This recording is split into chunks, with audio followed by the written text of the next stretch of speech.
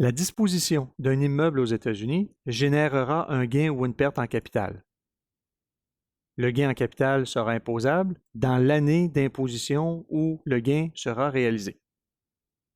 Dans la mesure où la disposition de l'immeuble est effectuée par un non-résident des États-Unis, un individu, une société par action étrangère, par exemple, il y aura une retenue à la source de 10% du prix de vente de l'immeuble qui sert d'acompte provisionnel à l'encontre de l'impôt final.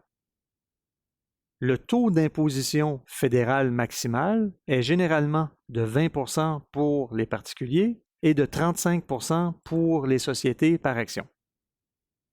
Un contribuable qui vend fréquemment des immeubles pourrait avoir un revenu d'entreprise lors de la vente plutôt qu'un gain en capital. Par exemple, un individu achète et vend plusieurs immeubles à chaque année aux États-Unis. Le fisc américain prendra la position que cet individu exploite l'entreprise d'acheter et vendre des immeubles et le gain découlant de la vente de ces immeubles sera considéré comme étant un revenu d'entreprise et imposable au taux gradué s'appliquant au revenu d'entreprise plutôt que le gain en capital.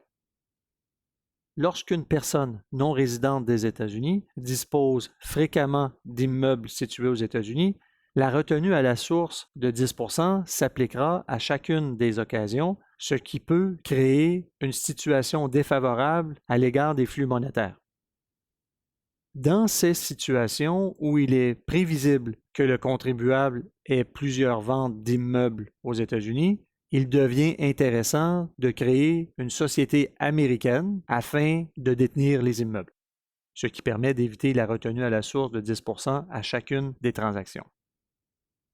Dans certaines situations, plutôt rares, un non-résident des États-Unis qui utilise à des fins personnelles l'immeuble situé aux États-Unis pourra réclamer l'exemption de résidence principale aux États-Unis et réduire le montant de gain assujetti à l'impôt sur le revenu américain.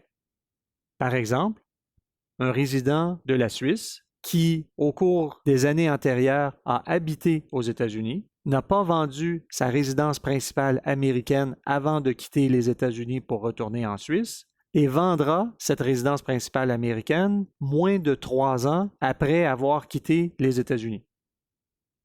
Dans cette situation, la vente de l'immeuble situé aux États-Unis sera éligible à l'exemption de résidence principale aux fins fiscales américaines et le premier 250 000 $ de gain en capital sera exempt dans le calcul du revenu imposable américain.